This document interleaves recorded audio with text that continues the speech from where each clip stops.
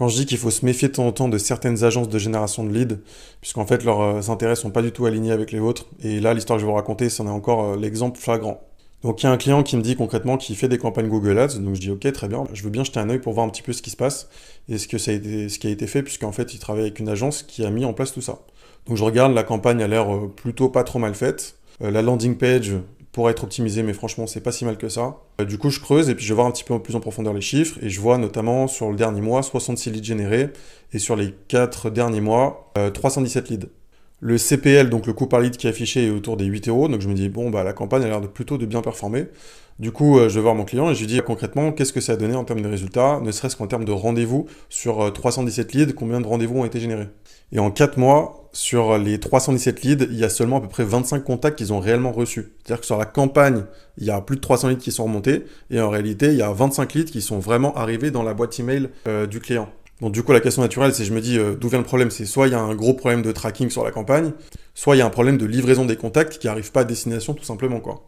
Mais on peut pas rester comme ça puisqu'en fait il y a 297 leads fantômes où on sait pas du tout ce qu'ils sont devenus, on sait pas si c'est vraiment des leads ou alors c'est vraiment des leads mais qui sont pas du tout arrivés à destination. Le problème aussi c'est que du côté client il y avait un mauvais suivi et ce qui fait que du coup ils se rendaient même pas vraiment compte de concrètement qu'il y avait des mauvais résultats parce que la campagne affichait quand même des bons résultats. Donc l'agence Google disait bah non mais regarde on a des bons résultats, donc ils se fiaient un peu à ça mais en fait vu qu'il y avait des trous dans le process et des trous dans la communication, personne s'en rendait vraiment compte jusqu'à ce que je leur pose vraiment la question et que je leur dise de contacter l'agence Google pour essayer de résoudre le problème et comprendre d'où vient le problème, quoi.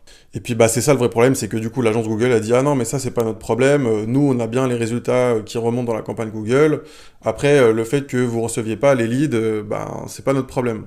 Sauf qu'en fait, si, c'est totalement leur problème. C'est juste qu'ils veulent pas sortir d'un iota de leur scope pour essayer d'accompagner vraiment la personne. Eux, tout ce qu'ils veulent, c'est faire leur prestation de campagne Google, et tout le reste, ils s'en foutent. Et c'est ça le gros problème, en fait. Étant donné qu'ils ont leur fixe, tout le reste, ils disent que c'est pas leur problème, et du coup, ils veulent pas du tout s'en occuper, et ils estiment que c'est au client de se débrouiller tout seul avec ça. Mais sachant qu'il n'y a pas forcément de personnes qui sont très techniques dans l'équipe de la boîte avec qui je travaille, de mon client. Et donc, du coup, forcément, bah, en fait, ils sont restés dans un truc où il y avait aucune solution, et la situation restait bloquée. Donc moi, quand j'entends ce genre de témoignage, ça me révolte parce que j'arrive pas du tout à comprendre comment il y a des agences qui peuvent travailler comme ça.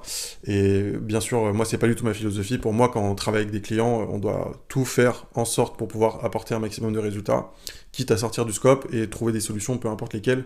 Mais pour travailler sur le long terme, avoir une bonne relation, pour moi, enfin, ça me paraît vraiment évident, mais apparemment, c'est pas évident pour tout le monde. Voilà, donc c'était la petite histoire du jour. Si ça vous intéresse d'avoir plus de conseils sur comment transformer vos leads en rendez-vous qualifiés pour faire exploser votre croissance, n'hésitez pas à vous abonner.